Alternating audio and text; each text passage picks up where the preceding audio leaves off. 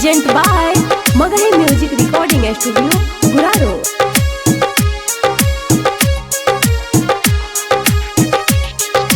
Music by Amit Tiwari,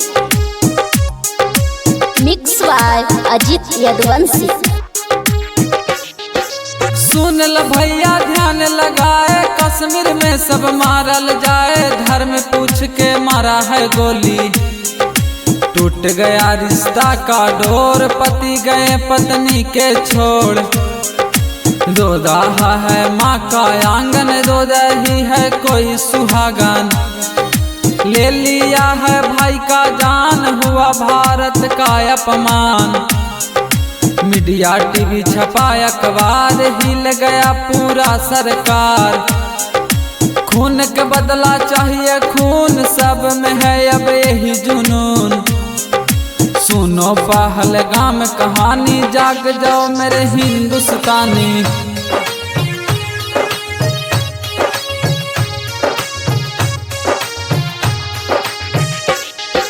जिसने भी किया है कांड वो चढ़ेगा जल्द डिमांड। छेड़ दिया है अपने बाप को, बोल दिए मोदी सरकार। घर में घुस कर देंगे मार, अब होगा यारा पार। पाक के नाम जाएगा हार, पूरा देश हो गया उदास। देखा वीडियो आँख के पास, एक एक को मारा गोली। खून से खेला लिया होली, सुन लो पहलगाम कहानी। जाग जाओ मेरे हिंदुस्तानी।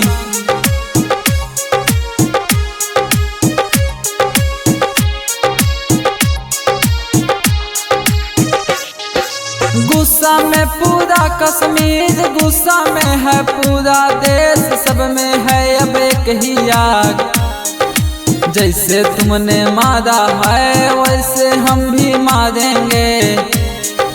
क्या कसूर था उस माँ का, क्या कसूर था दुल्हन का।